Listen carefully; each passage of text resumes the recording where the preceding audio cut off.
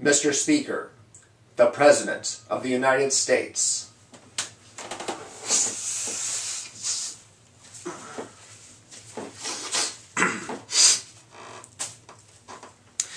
Napoleon once said, when asked to explain the lack of great statesmen in the world, that to get power you need to display absolute pettiness. To exercise power, you need to show true greatness.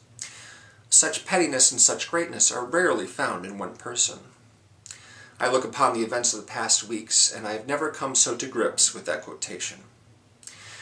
So, ladies and gentlemen of this Congress, it pains my soul to tell you that you have brought blood and shame under this great dome. Your leadership has raised the stakes of hatred to a level where we can never separate the demagogue from the truly inspired. And believe this, there are traitors among us.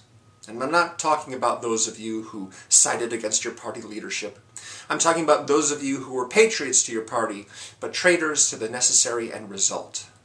That of righteousness, the truth, the concept of making the American dream blind to gender. And you know, I am not free of blame. Right from the start I should have come down here, pointed a finger your way, and said, "Have you no decency, sir?" Yesterday, Mr. Runyon, you may walk out on me, you may walk out on this body, but you cannot walk out on the will of the American people. Americans are good people, Mr. Runyon. They are a just people, and they will forgive you, but they will not forget. Hate and ego have no place in what my good friend Lane Hansen calls the chapel of democracy.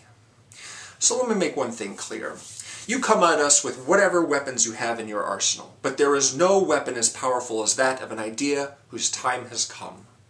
A woman will serve in the highest level of the executive. Simple as that. Yesterday I spoke with Lane Hansen. I told her that she could decide her own destiny. If she wanted to continue her fight for confirmation, that I would stand beside her. She has asked me to allow her to step aside. She told me that she wanted my administration to end on a note of triumph and not controversy. Understand, those of you who worked to bring Lane Hansen down, that she asked to have her name removed from consideration, not because she isn't great, but because she isn't petty. Because those two conflicting leadership qualities could not exist as one within her body or her soul. Greatness, it comes in many forms. Sometimes it comes in the form of sacrifice. That's the loneliest kind. Now, as it turns out, Lane Hansen is a woman, an American of devout principle, and she has inspired me to act alike. And I cannot accept Senator Hansen's withdrawal.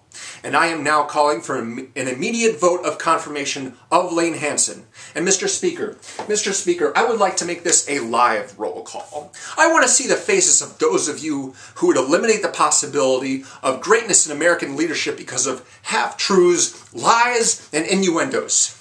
I will not be deterred by partisanship. I will not be deterred by misogyny. I will not be deterred by hate. You have now come face to face with my will. Confirm my nominee. Heal this nation. And let the American people explode into this new millennium with the exhilaration of being true to the glory of this democracy. Thank you.